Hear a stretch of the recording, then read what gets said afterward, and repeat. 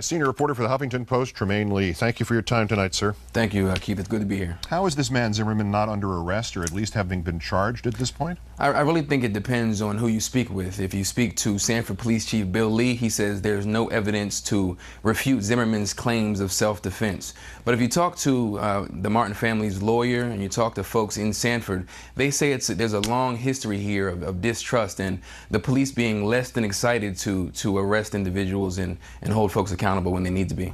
The Sanford police, we know the DOJ FBI investigation and the grand jury would look at Zimmerman, obviously. Are they also looking at the police department and why that one sat on this case and has sat on this case for more than 3 weeks? In talking to folks who have a pretty good understanding of how this thing will work and turn out, basically the DOJ and the FBI come and will put a lot of pressure. Hopefully they'll put a lot of pressure, and this is exactly what the family had wanted. They have no faith in the Sanford Police Department, so they're hoping that by having this third-party investigation, they put a little pressure.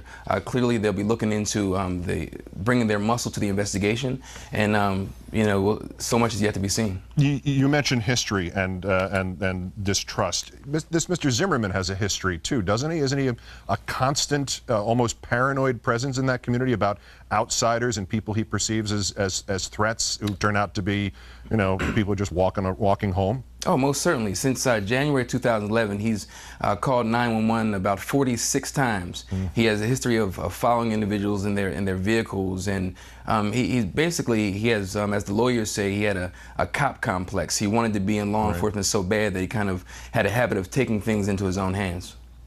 Florida has this stand your ground law, which does not require a threatened citizen to retreat in order to claim self-defense if he acts supposedly in his own defense.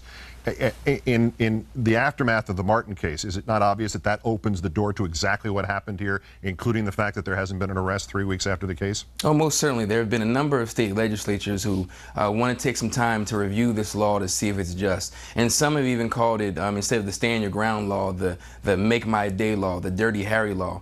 And there's so much wiggle room here that in a situation like this, where all you need to do is say that you felt in fear or imminent danger, and that's all you need to be able to meet, you know, whatever person you're dealing with deadly force. And that's exactly what has some folks concerned, because they're afraid that you might end up with a situation like this when you have a young man, unarmed, shot dead.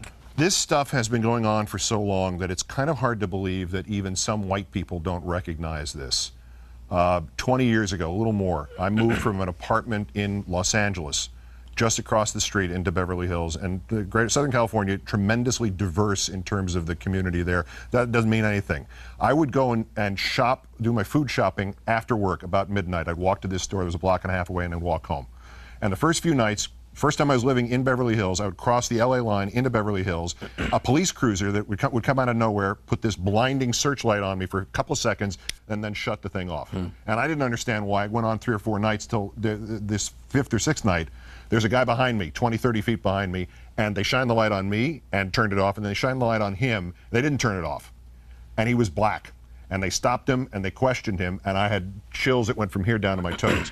What is it going to take to save the next Trayvon Martin? Is every white person in this country going to have to be mistaken for being non-white by some authority or some idiot who thinks he is the authority before we realize how rampant this kind of racism still is? I think, unfortunately, it might actually take a Trayvon Martin to save the next Trayvon Martin. I'm talking to folks, black, white. At this point, it's not even a race issue. Some have said it's a morals and ethics issue. So often, we have to deal with these layers and layers of stereotypes. And as young black men, you want to raise these boys up to be strong and proud, but also be wary. And unfortunately, in doing so, I think sometimes we can steal their innocence. So honestly, I'm not sure what it will take. But I think if there's any good out of this at all in talking to folks, is that this Trayvon Martin issue and the community galvanizing around it is bringing attention to it. And I think no matter black, white, whatever your class is, it's hard not to be touched by this case. Yeah, and very important, if you're not black, or if you're not a member of a minority group, to just picture yourself in the situation that I described.